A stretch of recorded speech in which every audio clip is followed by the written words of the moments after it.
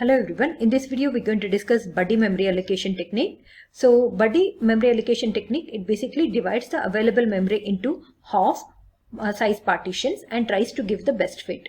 These partitions which are half are known as buddies, hence the name buddy memory allocation technique. It basically overcomes the drawback of fixed partitioning and dynamic partitioning scheme. So in fixed partitioning, we have a partitions of fixed size, and whenever the request arrives, we try to allocate the partitions using first fit, best fit, worst fit approaches. And we have seen that this particular approach suffers from internal and external fragmentation.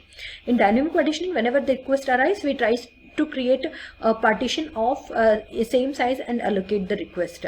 The problem with dynamic partitioning scheme is there's a lot of overhead involved in creating and managing the partitions dynamically. Buddy tries to overcome the problems with both of these approaches. Let's see how Buddy works. So as already told, Buddy basically divides the available memory into half-size partitions until it finds a suitable fit. Say for example, we have initially 1 MB or 1024 bytes of memory, and we have requests like this. So say first request is 100K and we have 1 MB of memory. So 100 is less than 1024, right? Hence it splits this memory into half, 512 bytes. Now 100 is less than 512 and 100 is further very less than half of it, right? Hence it divides 512 into two blocks, 256, 256. Now we have to consider this 256. Now if I compare 100 with 256, 100 is less than 256 and 100 is further less than half of 256, which is 128. It is less than half of it, 128, right? Hence 256 is further split into 128 and 128. Now we have 128 block of size 128. If I compare 100 with 128, 100 is less than 128, but it cannot be further divided. If I further divide it, we will get 64, 64, and 100 cannot be accommodated, right? Hence, request A is allocated this particular 128 block. Okay. Next is 240. Now 240, we have 512 partition, right? And if further we have 256 and 256, right? So 240 cannot be accommodated here. But it can be accommodated in this 256. Hence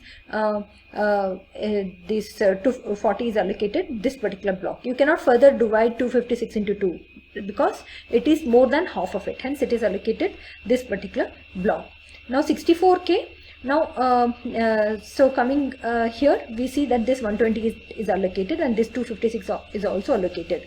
Now we are left with this 128, right? So it checks 64 is less than 128. It is further less than half of it, right? Less than equal to half of it. Hence 128 is split into two partitions here, 64 and 64. And when I compare 64 with this particular partition, it cannot be further divided. Hence this is allocated. Now request 256. Now you can see to accommodate 256, we don't have any of the partitions. We have only 64 block here which cannot be allocated. If you come to this side, we have 512 partition completely available, but 256 is less than 512 and it is further less than equal to the half of 256, half of 512. Hence 512 is splitted into 256 and 256. Now if I see this 256 block, it cannot be further splitted. 256 can hence 256 can be allocated this. Next is release B. So when releasing memory, what Buddy does is it sees if the neighboring or the Buddy partition is free, it merges the Buddy partition and creates a larger whole. So when release B is released, so you can see it releases this 256, but it's Buddy. This is not free, hence there is no merging operation done here. Now release A. A is here, right? So it releases A, but its Buddy is not free, hence there is no merge operation. Now there's a request for 75. So 75, it cannot be accommodated here. So it checks this particular partition 128. It cannot further divide 128 because 64 will be less to accommodate 75. Hence this 128 block is allocated to E. right? And then release C.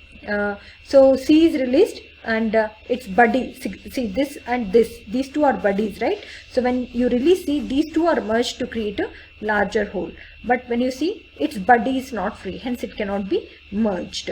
Release E. When E is released, these two buddies are free, hence these two will be merged and it will create 256. And further, these two buddies are also free, hence these two are merged to create 512 byte. When D is released, these two buddies will become free, they are merged to create 512, and further you see these two buddies are free, hence they also will be merged to create a 1 MB byte. So during merging, if the buddies are free, they are merged. This is how it works. Now let us see the code.